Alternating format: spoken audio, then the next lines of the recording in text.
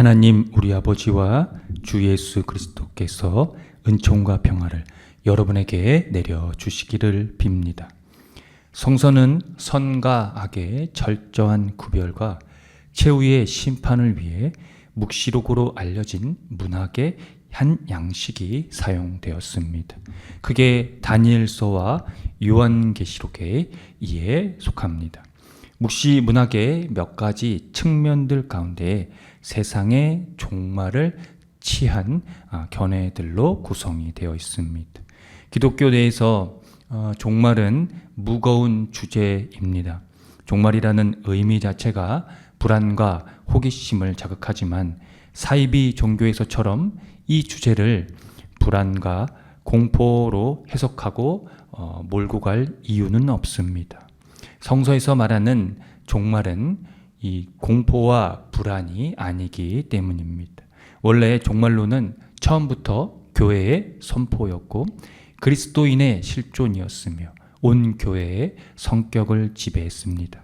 종말은 전적으로 기독교의 믿음의 매체라는 의미입니다. 즉 기독교 신앙의 근거이며 시작이라는 것이죠.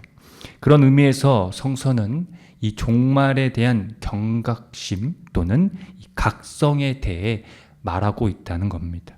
하나님의 궁극적 통치의 약속, 죽은 자의 부활, 공의로운 심판, 새하늘과 새 땅의 희망적인 이 세계가 도래한다고 말하고 있지만 그 안에는 종말과 완성이 자리하고 있기 때문입니다. 우리가 오늘 함께 읽은 본문에서 이 묵시 문학적인 표현들을 함께 살펴보았는데요. 다니엘서는 그때에, 히브리서는 그날이 가까이 온다는 것, 그리고 마가복음에서는 재난의 시작이라고 표현을 했습니다. 여기서 묵시 문학이라는 형식을 우리가 이해할 필요성이 있는데요. 각 본문에 이런 표현들은 저마다 처한 자리가 있다는 것이 그것입니다. 설명을 드리면 다니엘서는 바벨론의 유배로부터 구원받을 기대함이 있었고 히브리서는 유대교적인 제2행위에서 예수 그리스도의 이례적 죽음의 의미를 해명해야 했으며 마가복음은 하나님 나라를 위해 부름받은 사람에게 주신 권고에 가깝습니다. 간단히 설명하면 다음과 같습니다. 나라를 잃게 된 이스라엘의 파국에서 미가엘 천사가 나타나 돕고 이제껏 경험해보지 못한 커다란 고난이 닥쳐오지만 생명의 책에 기록되어 있는 사람은 그 난을 면할 것이라고 다니엘서 기자는 말합니다. 이때 땅의 티끌 가운데서 자는 자 중에 많은 사람이 깨어나고 영원한 생명을 받는 자가 있다고 묵시자가 말하고 있는 거죠. 이런 구약의 묵시 문학적 사상이 신약의 하나님 나라와 일맥하고 있는 부분입니다. 하나님 나라의 궁극적인 희망은 영원한 생명을 근거로 하기 때문입니다. 그 영원한 생명의 목적은 많은 사람을 옳은 길로 인도하는 것입니다. 그래서 정의로운 삶, 즉 이 생명의 삶을 사는 것을 가리키고 있는 것이죠. 따라서 히브리서 기자는 서로 돌아보아 사랑과 선행을 격려하라고 합니다. 이것이 예수께서 우리를 위하여 휘장 가운데 열어놓으신 새로운 살길이라고 말입니다. 이로써 그 날이 가까워 오는 것을 보는 공동체, 종말을 희망적으로 보는 공동체가 된다는 것입니다. 제자들 가운데 한 사람이 성전들과 성전 건물의 위대함과 화려함에 감탄을 했습니다. 당시 건축 중이던 이 헤롯의 성전은 세계에서 가장 아름다운 평을 받고 있었습니다. 제자의 감탄은 이 예루살렘 성전에 대한 이 유대인들의 이 자부심을 나타내는 이 랍비들의 말과 일치할 수밖에 없었습니다. 그러나 예수님은 그 건물이 완전히 무너질 것이라고 엄숙하게 경고하셨습니다. 이 성전의 파멸에 대한 이 종말의 그 묵시는 바로 그 종말의 시작이었을까요? 실제로 이 묵시는 로마 유대 전쟁 이후에 성전 지역의 상황을 너무나 분명하게 서술해 주고 있습니다.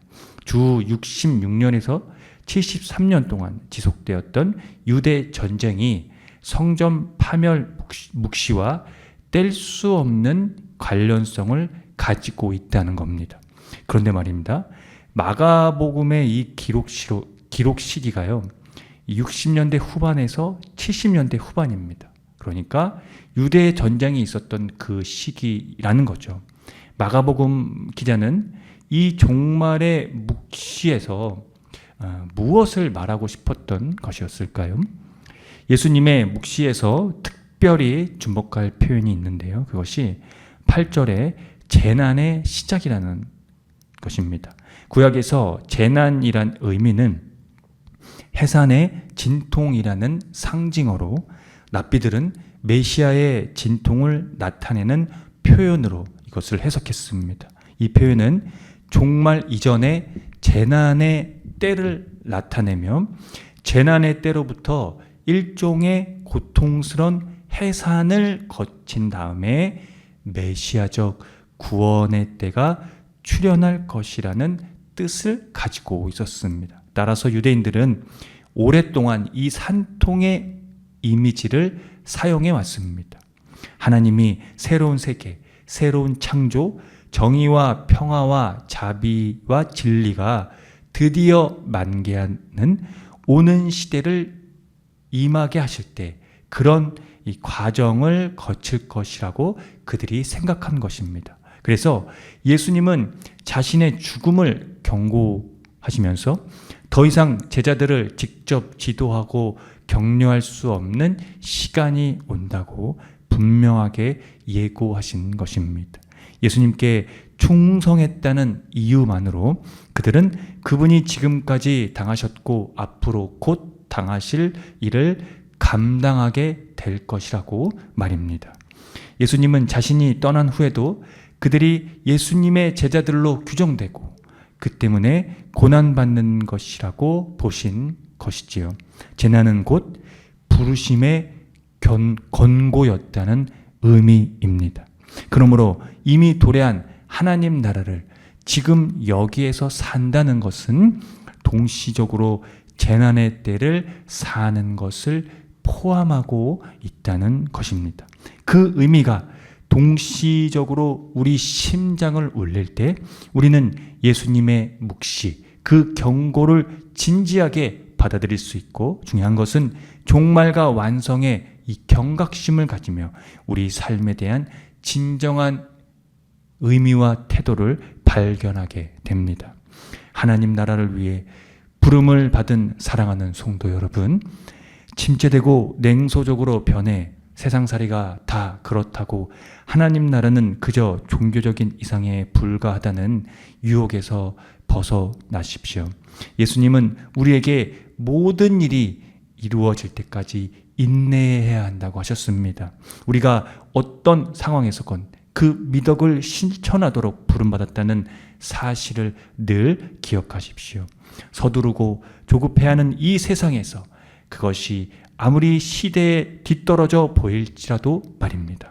종말과 완성의 때에 우리를 옳은 길로 인도하신 예수께서 별처럼 영원히 빛나게 될 것을 우리는 함께 보게 될 것입니다. 아멘. 함께 기도합니다.